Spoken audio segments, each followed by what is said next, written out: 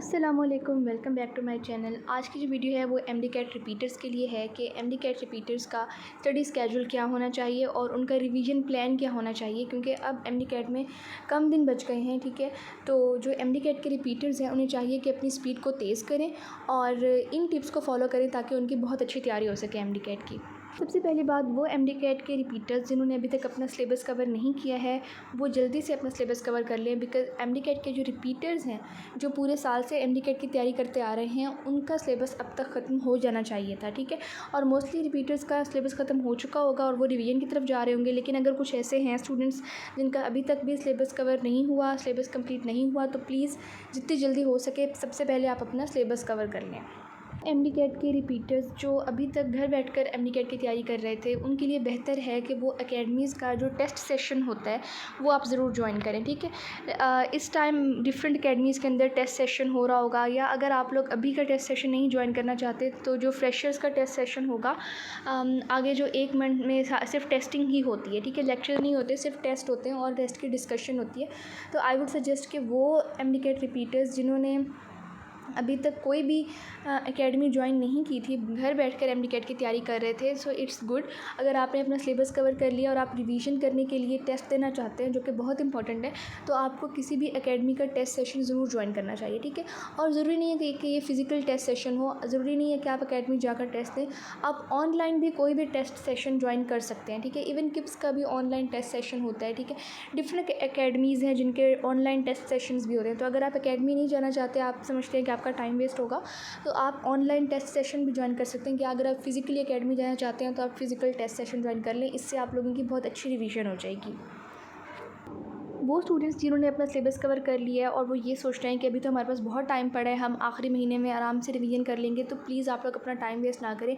MD cat के लिए आप जितनी ज़्यादा रिवीजन करेंगे उतना ही आपका फ़ायदा होगा। ठीक है, तो इसलिए बेहतर है कि आप लोग अगर अपना सिलेबस कवर कर लिया है तो विदाउट वेस्टिंग एनी टाइम आप अपनी रिवीजन स्टार्ट कर दें। ठीक है, अगर आप लोग रिवीजन प्लान जानना चाहते हैं तो मैंने एक बहुत ही अच्छा रिवीजन प्लान बताया था जो मैंने खुद फॉलो किया था। मैंने अभी रिसेंटली वीडियो अपलोड की है अबाउट द रिवीजन प्लान, उसमें आप लोग जाकर देख लें कि किस तरह से आपने रिवीजन करनी है। मैंने बताया था कि एक सब्जेक्ट आपने हार्ड चूज़ करना है और एक आपने ईजी सब्जेक्ट चूज़ करना है और डेली के 2 सब्जेक्ट्स की आपने रिवीजन करनी है। ठीक है, और मैंने उस वीडियो में तमाम जो टॉपिक्स थे एमडी कैट के सिलेबस में, केमिस्ट्री के, फ़िज़िक्स के, बायो के, इंग्लिश के, वो मैंने विदिन 30 डेज़ के अंदर मैंने उसको डिवाइड कर दिया था। तो अभी आप लोगों के पास 2 मंथ्स हैं, तो ऑलमोस्ट 2 मंथ्स हैं, तो आप 30 डेज़ में एक बहुत अच्छी रिवीजन कर सकते हैं। और फर्दर आप जो 1 महीना होगा, क्योंकि आपने 30 डेज़ में एक बहुत अच्छी रिवीजन कर ली होगी, तो फर्दर आप 15 डेज़ और 15 डेज़ के टाइम में मज़ीद 2 रिवीजन्स कर सकते हैं। ठीक है, तो आपकी 3 दफ़ा रिवीजन हो जाएगी as an MDCAT repeater. तो विदाउट वेस्टिंग एनी टाइम अगर सिलेबस कवर हो चुका है तो फ़ौरन से अपनी रिवीजन स्टार्ट कर दें। और अगर आपने रिवीजन प्लान देखना है तो आप पिछली वीडियो मेरी जाकर देख सकते हैं जिसमें मैंने एक कंप्लीट एमडी कैट का रिवीजन प्लान बताया हुआ है। जैसे कि मैंने बताया कि मैंने वीडियो में सिलेबस को इस तरह डिवाइड किया था कि 1 मंथ के अंदर आपकी रिवीजन हो सकती है कंप्लीट, फर्स्ट रिवीजन, उसके बाद आप मज़ीद सेकंड रिवीजन भी कर सकते हैं, थर्ड रिवीजन भी कर सकते हैं, बिकॉज़ आपके पास बहुत ज़्यादा टाइम है। तो उस वीडियो का लिंक मैं डिस्क्रिप्शन में डाल दूँगी, वहाँ से आप लोग एमडी कैट रिवीजन प्लान देख सकते हैं। तो अब आपने अपने सिलेबस को रिवीजन के लिए इस तरह डिवाइड करना है कि आपकी कम से कम 3 रिवीजन ज़रूर हो जाएँ, क्योंकि अभी आपके पास टाइम काफ़ी ज़्यादा है। ठीक है, अगर आपने अपना सिलेबस कवर कर लिया है, होपफुली मोस्टली जो रिपीटर्स होंगे उन्होंने अपना सिलेबस कवर कर लिया होगा, तो आपने अपना रिवीजन प्लान इस तरह रखना है कि आपने स्मॉल टारगेट्स रखने हैं। ये आपने नहीं कहना कि आज मैं पूरी बायो की रिवीजन कर लूँगा, कल मैं पूरी फ़िज़िक्स की रिवीजन कर लूँगा और परसों मैं पूरी इंग्लिश की रिवीजन कर लूँगा।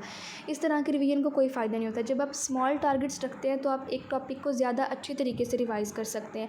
जितने ज़्यादा अच्छे तरीके से आप रिवाइज़ करेंगे उतना ही आपको ज़्यादा देर तक रिटेन रहेगा। ठीक है, तो ये बात आपने याद रखनी है कि क्वांटिटी मैटर नहीं कर रही होती, क्वालिटी मैटर कर रही होती है। एक ऐसा बच्चा जिसने सिर्फ 1 दफ़ा रिवीजन की है लेकिन बहुत अच्छे तरीके से की है, और एक ऐसा बच्चा जिसने 5 टाइम्स रिवीजन की है लेकिन अच्छे तरीके से नहीं की, यानी उसकी रिवीजन की क्वालिटी अच्छी नहीं है, तो ज़ाहिर बात है जिसने 1 टाइम रिवीजन की होगी लेकिन अच्छी तरह से की होगी उसी को ही ज़्यादा देर तक रिटेन रहेगा और उसी के ही अच्छे मार्क्स आएंगे।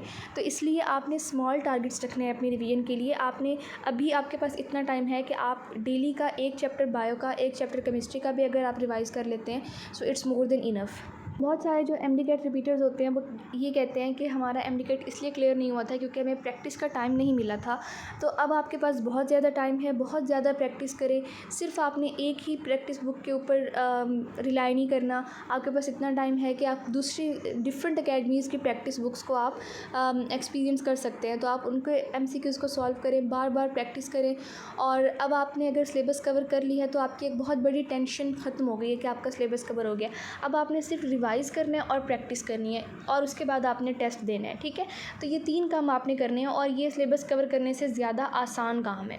अच्छा, जो फ्रेशर्स हैं उनके पास तो इतना टाइम नहीं होगा कि वो पूरे 5 साल वाले पास्ट पेपर सॉल्व करें, लेकिन अगर वो 3 साल या 2 साल वाले पास्ट पेपर्स भी सॉल्व कर लेते हैं तो बहुत अच्छी बात है। लेकिन आप लोगों के पास जो एमडी कैट के रिपीटर्स हैं उनके पास बहुत ज़्यादा टाइम है।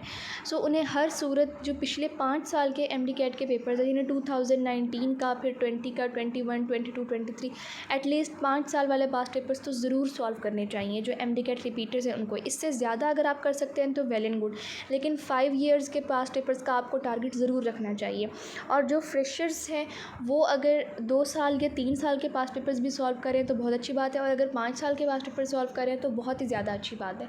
बट एमडी कैट के रिपीटर्स के लिए ये मस्ट है कि वो 5 साल के पिछले 5 साल वाले जो पास्ट पेपर्स हैं उनको सॉल्व करें।